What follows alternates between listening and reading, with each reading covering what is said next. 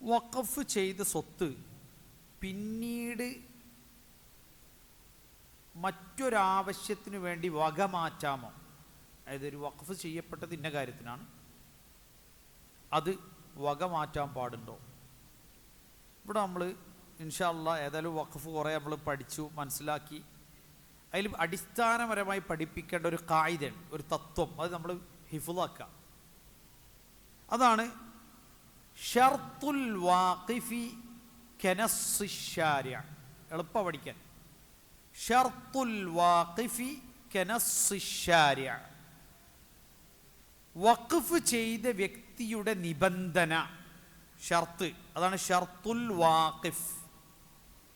കനസ്സി ശാരിഅ, ശറഇന്റെ നസ്സ് പോലെയാണ്. നസ്സ് എന്ന് പറഞ്ഞാൽ എന്താ? പ്രമാണം പോലെയാണ്. ശറഇന്റെ ഒരു പ്രമാണം എടുത്തിട്ട് നമുക്ക് തിരുത്താൻ പറ്റുമോ? തിരുത്താൻ പറ്റില്ല. ഖുർആനിലൊരു വചനം അല്ലെങ്കിൽ നബി സല്ലല്ലാഹു അലൈഹി വസല്ലമയുടെ ഒരു ഹദീസ് എടുത്തിട്ട് നമുക്ക് തിരുത്താൻ പറ്റുമോ? തിരുത്താൻ പറ്റില്ല. എന്നതുപോലെ പരിഗണിക്കപ്പെടേണ്ട കാര്യമാണ് എന്ത്?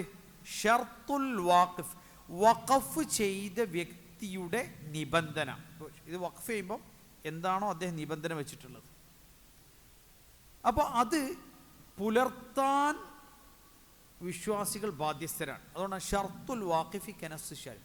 അപ്പോൾ ഒരു കാര്യത്തിന് വേണ്ടി വഖഫ് ചെയ്യപ്പെട്ടൊരു വസ്തു മറ്റൊരു കാര്യത്തിനായിട്ട് വക മാറ്റാൻ പറ്റില്ല. അത് ആർക്കാണ് അതിനുള്ള അധികാരമുള്ളത്? വഖഫ് ചെയ്ത വ്യക്തി വഖഫ് ചെയ്യുമ്പോഴാണ് അത് എന്തിനാണ്, ഏത് കാര്യത്തിനാണെന്നുള്ളത് കൃത്യമായി അദ്ദേഹം ആ വഖഫിൽ വ്യക്തമാക്കുന്നത്. അത് പിന്നെ മറ്റുള്ളവർക്ക് എന്ത് ചെയ്യാൻ പാടില്ല? മറ്റുള്ളവർക്ക് അത് മാറ്റാൻ പാടില്ല. അതാണൊരു കാര്യം. ഇനി അതിൽ നമ്മൾ ശ്രദ്ധിക്കേണ്ട കാര്യം എന്താണെന്ന് വെച്ചാൽ, എന്തിനു വേണ്ടിയാണോ വഖഫ് ചെയ്യപ്പെട്ടത് ആ ആവശ്യം നിലച്ചു, അങ്ങനെ ഒരു ആവശ്യം അവിടെ നിലനിൽക്കാത്ത സാഹചര്യം വന്നാൽ സമാനമായ ആവശ്യങ്ങൾക്ക് വേണ്ടിയിട്ട് ആ വഖഫിനെ ഉപയോഗപ്പെടുത്തുന്ന സാഹചര്യങ്ങളുണ്ട്.